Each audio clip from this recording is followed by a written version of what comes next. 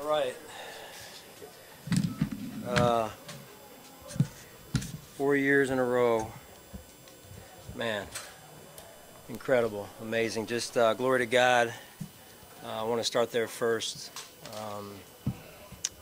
None of this is possible without him, and then Terry and Kim.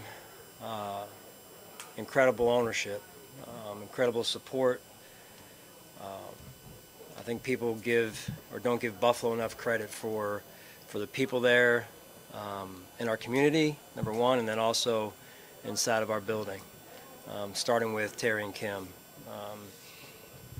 I know I'm biased, I've said this before, but I think they're the best owners in the league in just a short amount of time. So their support, the way they care for us, the way they care for the players, just incredible. So great win, extremely proud of the staff, the players, the staff at home who's not here with us. This is all possible because of you all as well, and just one team, one effort, and just couldn't be more proud of a group, more resilient. I don't know, man, these guys wasn't a good first half. We didn't play our style of football. I didn't coach well enough in the first half, and then the second half we came around and started to get our feet underneath of us a little bit there. So sparked by Deontay Hardy's punt return, but special teams were on it tonight, which was good to see. And then Josh and his leadership, and you could just tell his will to win. He was not going to be denied, and that's who he is. And then the defense really stood up in the second half, made some adjustments, and those guys, they came back and reset in the second half. And then the big takeaway at the end by T-Rap, great play.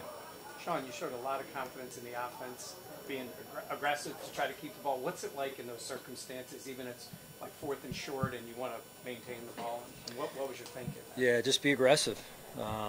Be aggressive, and every situation is different, right? Just wanted to be aggressive. They're a high-scoring offense. We were having a hard time stopping them in the first half there, and again, putting the ball in Josh's hands. But even in that last one, you're in that sort of, you're in that 4th and at the 37, I think it was. Yeah, what minus 37. Yeah. Yeah, I was just praying during that time. So Sean, you at times have had Josh step up, and obviously Steph steps up, but tonight it was Taylor Rapp, it was Deontay Hardy, it was Trent Sherfield.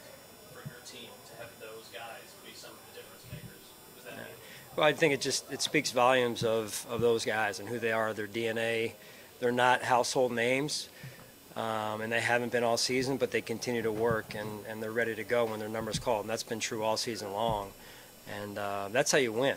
I mean, it's not always I should say it this way, the MVP is not always the star, right? And people want that to be, and Josh is a lot. But the MVP is sometimes hidden in the locker room somewhere, and it's been a different person just about every week. How important is it to have a guy like Jackson that's had so many reps through the years in your defense, so goes down, every kill's out there, this offense is what you said it is. He comes out and plays well. That's why he's Dane Jackson.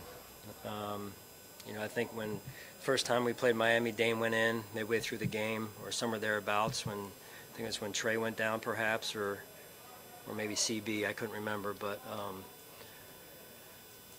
I mean, that's why Dane is who he is. I love him. He's so blue collar. He's such a team guy. He's never gotten in a bad way when he hasn't been out there playing. Again, those players are the players that make teams, and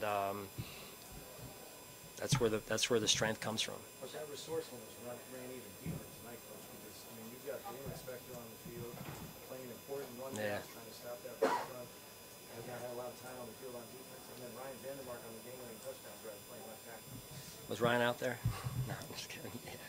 No, I mean, it's again credit the players, credit the coaches having those players ready, and it doesn't happen like that everywhere. So you always have to, especially this time of year, you never know who's going to be out there playing for you, and they've got to be ready, which is in part the players' responsibility as well as then the position coaches' responsibility. So those coaches continue to show that they're getting those players ready, and then they're paying attention as well on their own, right? And when you're not able to get all the reps, but you're paying attention, so when your number's card, you got to be ready to go. Sean, like you said, winning the division again, and I suspect this year is quite different.